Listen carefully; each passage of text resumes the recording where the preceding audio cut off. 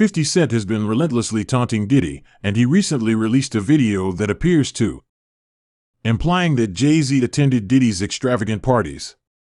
We all know Diddy and Jay are close because, as of late, Diddy revealed in an interview that only his mother and Jay-Z can refer to him as Sean. Diddy's website, Combs Global, still proudly displays a photo of him and Jay flaunting their bromance, even though he is now 50. Since it became known that Cassie is suing Diddy for a variety of messed up things, including dubious encounters with male employees, 50 has been disclosing all kinds of information. Is Cent suggesting that perhaps Diddy and Jay were more than just friends at some point? Or is Jay withholding his response to Diddy's claims because he has some secrets of his own? The unsavory details surrounding Diddy's man, 50 Cent, have been following Diddy's case for months now. Even before the drama involving Cassie, the other accusers, and the Revolt exit fit, Diddy has been on a wild ride with no mercy at all.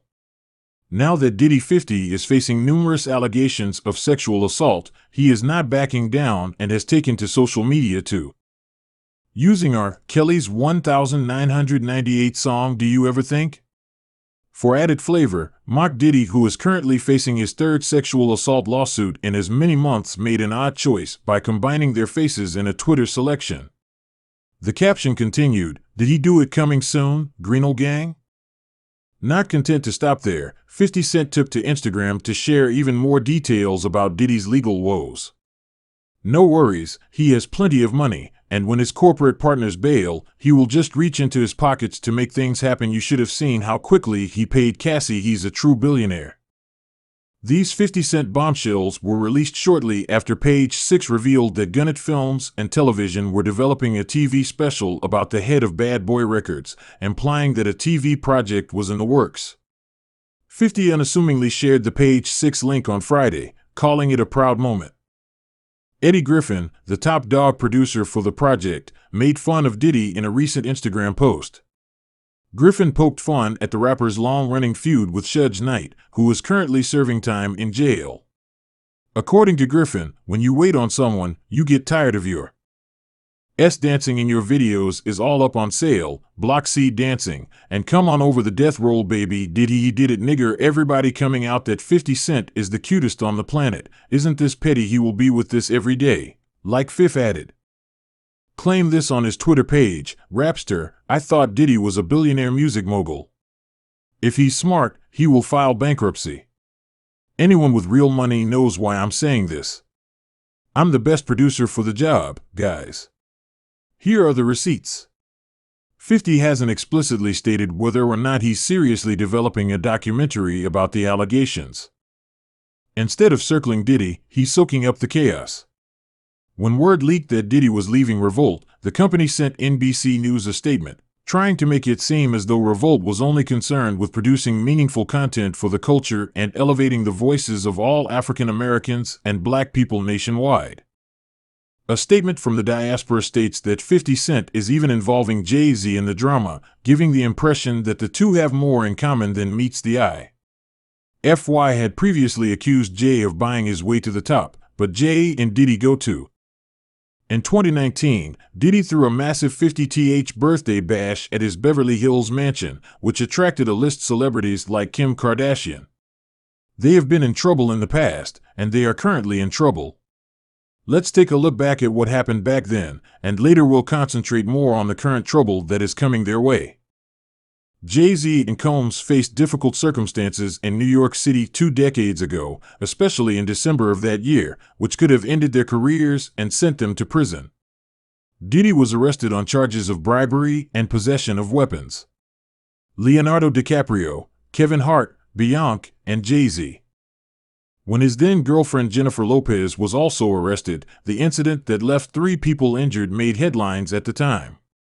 However, over time, Jay-Z's involvement in the stabbing has faded, thanks to his transformation into a social justice activist and one half of the influential power couple in music with.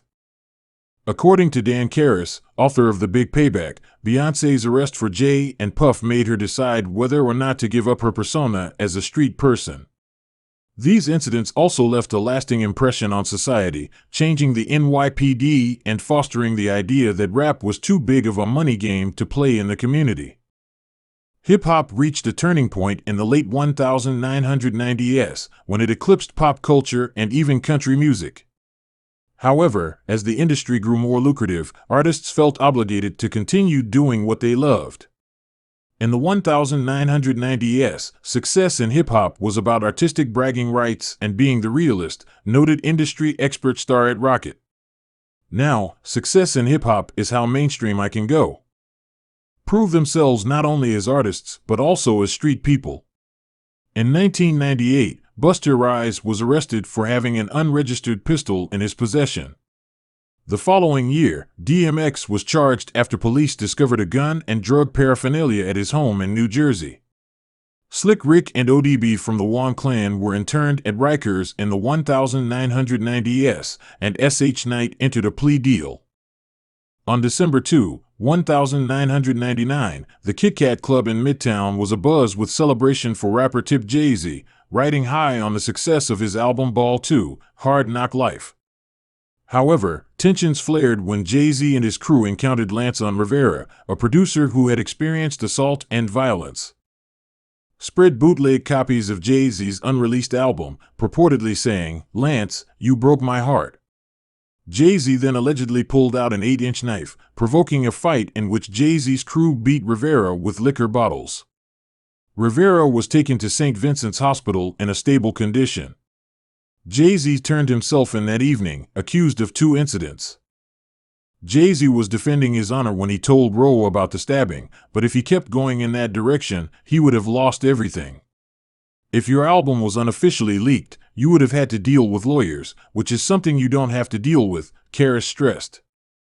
That was the headspace. It's important to highlight Diddy's influence at the time because his Bad Boy Records empire was raking in $130 million annually, and he had launched the successful Sean John fashion line the year before.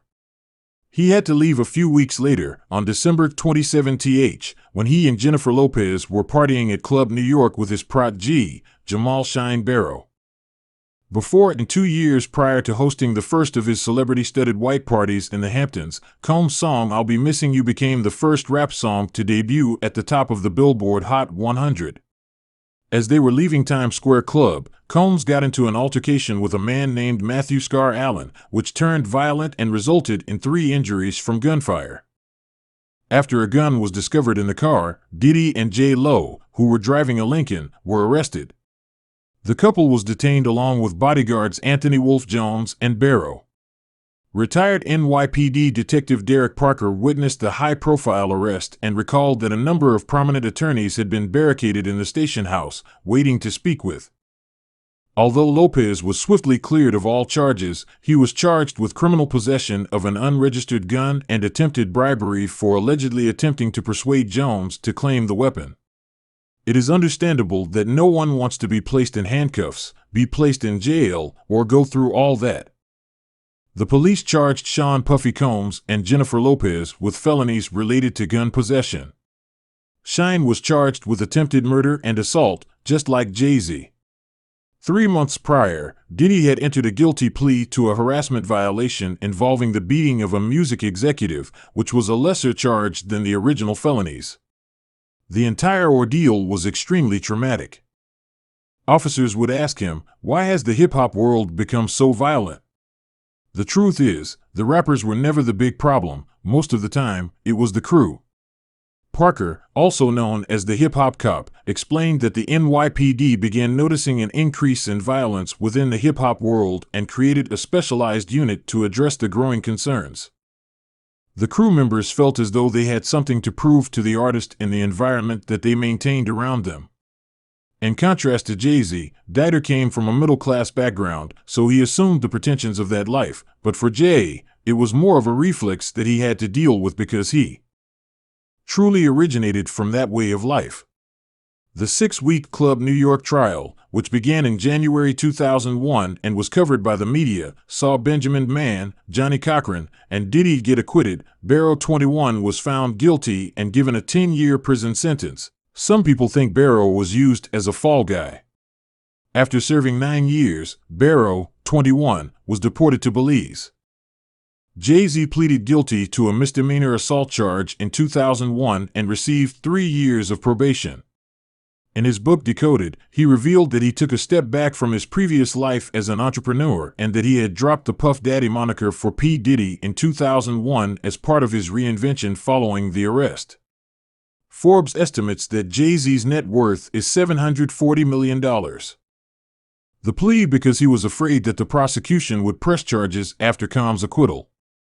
He is now known as hip-hop's first billionaire. 50Y thought it strange that Jay-Z refers to himself as Jesus. In 2009, he told Rolling Stone that Jay had a king complex and thought he was some sort of effing Jesus. In that same interview, 50 kind of hinted that. In essence, Beanie Siegel from Rockefeller 50 claimed that Jay had betrayed them and was only thinking about himself. Uncle Ron, who reportedly served as Beyonce's bodyguard, also revealed that Jay and Beyonce had destroyed many lives en route to their respective destinations. The top Beyonce and Jay-Z will stop at nothing to ruin anyone who speaks out against them. I understand the threats, but keep in mind that I am aware of your innermost secrets, as well as a great deal about your past and how you came to be in this situation. Remember that your relationship was a business relationship in order to rise to the top and become billionaires, but Uncle Ron also dropped a bomb about Beyonce. People ask how you guys ended Carrie Hilson's career because she said something about you that shows how hateful you guys are and how you step on anybody to stay on top. Everything fans are saying sounds a lot like what Cassie revealed about Diddy. Yes, Beyonce is and has been using drugs for a long time, and you are keeping her that way. You all want it to stay that way, but there's one thing that keeps her from succeeding. Uncle Ron said, about me, bro, I can't be bought. If that wasn't serious enough, Jaguar continued, implying that many people who had worked with Jay in his inner circle, such as Big L, had met tragic fates. Many fans noticed that Jaguar's comments about Jay-Z resembled those of Jay-Z in an odd way. To hear her and many others describe Diddy, one must note that the list of Diddy's entourage who either passed away, fell ill, or disappeared from the public eye is longer than his roster of hit songs. Additionally, Kanye once revealed the identities of Diddy, Jay, and Beyonce when he revealed that celebrities were managed by the Hollywood elites. He declared himself untouchable because, in contrast to them, he hasn't killed anyone because they are unable to control me. You understand what I mean? They can manage Shaq, Charles Barkley, LeBron James, Jay-Z, and Beyonce, but not you, man, and they are unable to manage me, as you can see in Ain't No Name.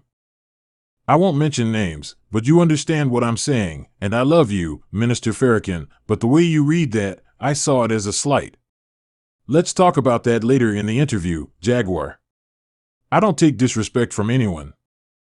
Mentioned Jay-Z's dubious relationships as well, such as his alleged grooming of Foxy Brown, who was just 14 years old when Jay supposedly began grooming her, and Aaliyah, who was allegedly groomed by Jay-Z's friend R. Kelly. Jay also met Beyonce when she was 16 and he was 28 in a 2007 chat with Charlie Rose. Jay claimed they met 10 years ago. Prior to that, in 1997, Beyonce was either 15 or 16 years old, depending on the month. To further add to the mystery, there has long been a conspiracy theory that Jay-Z was involved in Aaliyah's death because she rejected his advances. Dame Dash even revealed that Jay went all out to get Aaliyah, and it is said that Jay asked Diddy to assist him in the grooming game, so Diddy began inviting Aaliyah to his infamous parties. But Aaliyah wasn't into Jay and preferred Dame. Tragically, Aaliyah passed away at the age of 22 in a mysterious plane crash in the Bahamas in July 2001, the same year that Jay and Beyonce went public. The team at EDT Aaliyah, who had just wrapped up filming the Rock the Boat video in the Bahamas, boarded a tiny twin-engine Cessna 4002 at Marsh Harbor Airport with the intention of traveling to Opaka Airport in Florida because they had finished filming early and were eager to return to the United States. However, the plane they were traveling on crashed and, shortly after takeoff, approximately 200 feet from the end of the runway, it caught fire. Tragically, Aaliyah and the 8 other people on board, including the pilot Luis Morales III, the stylist Eric Foreman, and the security guard Scott Gallen, died. The passengers, impatient with the impending 4:30 p.m. arrival, lost patience. EDT, however, arrived at 6:15 p.m. An inquest in the Bahamas revealed that Aaliyah had severe burns, a blow to the head, severe shock, and a weak heart. The coroner reported that there were some heated arguments between the passengers and Morales prior to takeoff. Morales warned about the excess weight for a safe flight, but the passengers insisted on continuing to Miami that night. The bodies were taken to the morgue in Nassau for identification, but some were severely burned. The investigation revealed that the plane was overloaded by 700 pounds, carrying one more passenger than certified. The National Transportation Safety Board reported that the pilot wasn't authorized to fly the plane. Morales may have lied about his flying experience to get his job with Black Hawk International Airways. He also had traces of alcohol and cocaine in his system. Witnesses claimed Aaliyah was given a sedative, which is why many people believe the industry sacrifice theory for her death. Dame Dash revealed that Jay-Z knew about R. Kelly's wrongdoing and her unlawful marriage to Aaliyah when she was just 15 years old. On top of all of this, there are rumors circulating that Jay-Z and Diddy weren't just into grooming women but were also purportedly involved in all-male antics and carried unconscious onto the plane. Remember that before teasing Jay for attempting to rock the Basque? You know, Basquiat is the artist who swung both ways with men and women, so you think you're after a gay painter? Big homie, you want to appear like a gay painter. What are we? Speaking about this, we're talking about Bassett, who wants to look like a gay painter. Oh my God, I think I know where we're going with this. So, listen to what I'm saying to you. When you start looking at something, it's not mine, it's theirs. Hard people saw what 50 was doing when he made this comment. An online user expressed their admiration for 50's intelligence, wittiness, business savviness, humor, and ability to speak the truth and facts in a humorous way. They also mentioned how 50 has been making fun of Diddy for years, taunting him about being on the down low and even hinting that Diddy once tried to make a move on him. Does this mean Jay-Z and Diddy were teaming up for some wild experiences? It seems like that's what 50 is suggesting with his latest post. 50Y, Diddy's ex-bodyguard, Janan Deal, revealed in a recent interview that those male workers Diddy allegedly forced Cassie to be with were actually meant for him. Posted a video clip of himself performing live with Diddy and Jay-Z. In the caption, 50 Cent joked that Diddy would only get 10 months with 20 machine guns and that Diddy would be patting on his butts with asterisks. The reference to T.I.'s 2007 arrest on gun charges was made by 50 Cent. Jay-Z and Diddy have been friends for a long time, which suggests that they share a lot of common ground. Now that 50 is back in the spotlight, supporters argue that you are ultimately responsible for the company you keep.